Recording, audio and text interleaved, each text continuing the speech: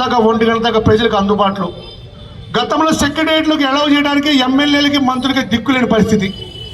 మంత్రులు ముఖ్యమంత్రి గారిని కలవాలి అంటే వాళ్ళ బిడ్డనో అల్లున్నో కొడుకునో ముందు కలిసి వాళ్ళకి అన్నీ చెప్పినాక వాళ్ళ దగ్గరికి వెళ్ళి మాట్లాడే పరిస్థితి. అలాంటి పరిస్థితుల నుంచి పూర్తి ప్రజాస్వామ్య పరిస్థితుల్లో కాంగ్రెస్ ప్రభుత్వం ఎలా ఉంటుంది, ఎలా ప్రజలకు పరిపాలిస్తుంది, ఎలా ప్రజలకు అందుబాటులో ఉంటుంది అనేది మన ప్రీతమ నేత రేవంత్ రెడ్డి గారి నాయకత్వంలో మనం చూస్తున్నాం. ఇప్పుడే మిత్రులందరూ చెప్పారు అభివృద్ధి కార్యక్రమాల గురించి. ప్రభుత్వం ఏర్పాటైనాక లక్షల కోట్ల రూపాయల అప్పులు ఉన్నప్పటికీ ఎక్కడ అభివృద్ధిలో రాజీ లేదు.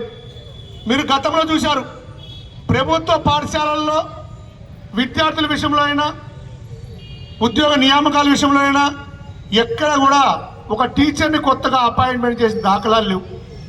అలాంటి పరిస్థితి నుంచి కిరణ్ కుమార్ రెడ్డి గారు ముఖ్యమంత్రిగా ఉన్నప్పుడు లాస్ట్ డిఎస్సి చేశారు ఉద్యమ కాలంలో 2013లో.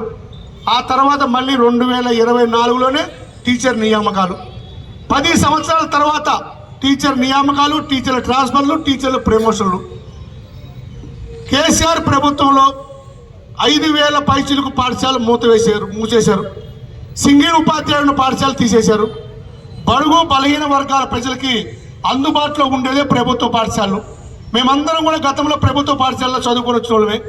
అలాంటి పరిస్థితి నుంచి ఈరోజు మళ్ళీ అన్ని పాఠశాలలు ప్రారంభించే విధంగా దాదాపు 20,000 పైచిలకు ఉపాధ్యాయులు నియమించి త్వరలో ఇంకొక 6-7 వేల మంది నియమించబోతున్నాం.